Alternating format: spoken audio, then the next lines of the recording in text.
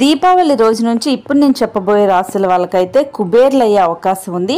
October 20వ తేదీన శనిదేవుడు బుధుడు కలవటం వల్ల శక్తివంతమైన నవపంచమి రాజయోగం వచ్చింది. దీనివల్ల అయితే ఇప్పుడు నేను చెప్పబోయే రాశుల వాళ్ళు కుబేర్. వీటిలో మొదటిది వృషభ రాశి. సమాజంలో వీళ్ళకి గౌరవం కలుగుతుంది, హోదా పెరుగుతుంది, కీర్తి ప్రతిష్టలు కలుగుతాయి. ఆత్మవిశ్వాసంతో పనులు చేసి అద్భుతమైన లాభాలను గడిస్తారు.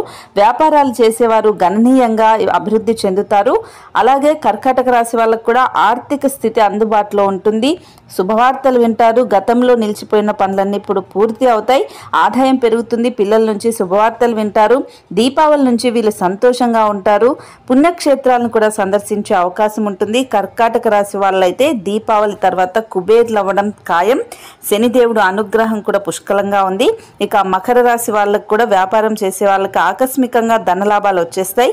దీర్ఘకాలంగా నష్టాలనే చూస్తున్న వాళ్ళు ఇప్పుడు లాభాలను చూస్తారు. అలాగే ఆర్థిక ఇబ్బందుల నుంచి బయటపడతారు. దాంపత్య జీవితం, భార్యాభర్తల మధ్య ఉన్న విభేదాలన్నీ తొలగిపోతాయి. అద్భుతంగా వీళ్ళకైతే కలిసి వస్తుంది. సో ఇప్పుడు నేను చెప్పిన ఈ 3 రాశులు అయితే దీపావళి తర్వాత కుబేర్లు అవ్వడం ఖాయం. మరి మీ రాశి ఏంటనేది తప్పకుండా కామెంట్ చేయండి.